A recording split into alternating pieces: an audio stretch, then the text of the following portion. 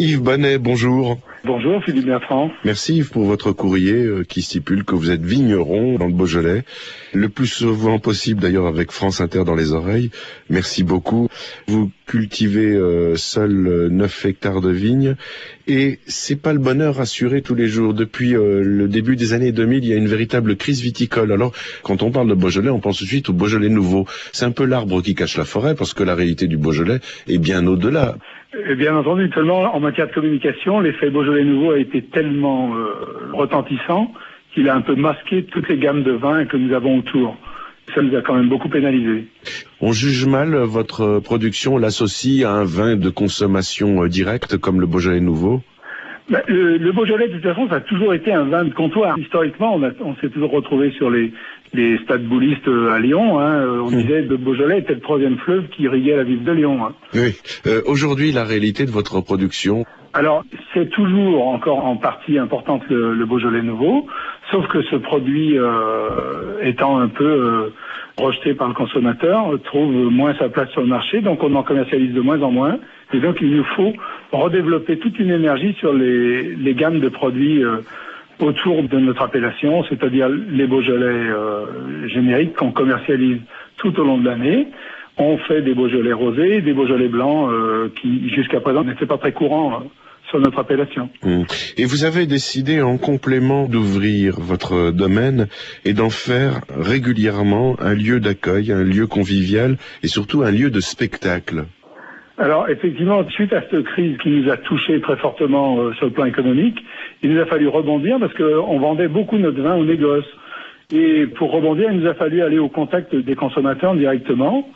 Et pour les attirer sur notre exploitation, on a quand même trouvé une solution qui était d'organiser des spectacles. On a démarré un petit peu en accueillant des ateliers de poterie, plusieurs choses comme ça, et on s'est rendu compte que la communion entre l'art et le vin et la convivialité était un élément porteur. Et résultat est né comme chez soi. On a une grange qui était disponible et qui ne demandait qu'à servir, dans laquelle on a fait quelques travaux, et on s'est dit pourquoi pas recevoir, toujours dans le lien de la culture et de l'art, des musiciens, des ateliers de théâtre, des groupes vocaux de toutes sortes. Et en ça, je suis largement aidé par mon épouse, Paul, qui, elle, est musicienne intervenante au Conservatoire de musique de Villefranche, et qui a donc un réseau autour d'elle qui est très porteur. Qui vient assister au spectacle comme chez soi, chez vous, au domaine de Anse, puisque vous êtes à Anse, dans le Rhône, est-ce qu'il y a vraiment des conséquences et des bénéfices? Dans l'immédiat, on ne peut pas complètement les mesurer. Pour l'instant, c'est pas très lucratif, mais on a un retour très positif sur les gens qui viennent participer. Et on en a pour preuve, c'est que à chaque spectacle qu'on organise, la salle est complète presque à chaque fois. Alors le retour économique, je pense que ça va être en faisant connaître notre vin, parce que au cours de ces soirées, on sert un apéritif vigneron qui est fait de produits fermiers, de producteurs des alentours, accompagné de quelques verres de vin Beaujolais en dégustation. Moi, j'ai trouvé un slogan du bon du bonnet. Effectivement, on m'avait déjà offert l'ancienne pub qu'on voit encore. Je vois sur votre site, Yves, l'improvinisation. Oui, alors ça, c'est un événement qu'on a conduit avec le Conservatoire de Villefranche, justement, où il y avait une semaine d'improvisation, de la création autour de la musique, et des collègues de mon épouse, qui sont professeurs de musique, m'ont dit, mais on pourrait peut-être essayer de faire quelque chose autour de la vigne et du vin. Donc moi, sur une parcelle que je suis en train de changer, j'ai prélevé quelques pieds que j'ai installés pour mimer la taille et expliquer la taille et la culture de la vigne tout le long de l'année. Et avec ça, j'avais invité un ami œnologue qui est venu commenter une dégustation.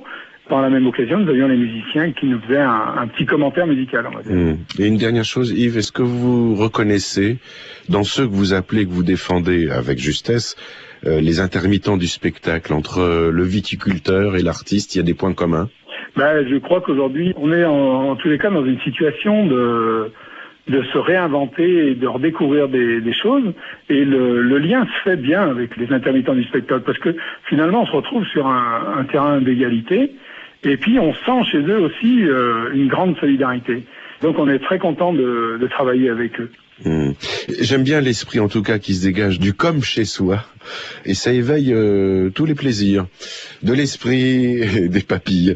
Merci beaucoup, Yves Bonnet, pour les informations. C'est Beaujolais-Yves-Bonnet bo2net.fr, adresse que vous avez retrouvée à notre page comme toujours. Merci Yves. Merci beaucoup Philippe Bertrand.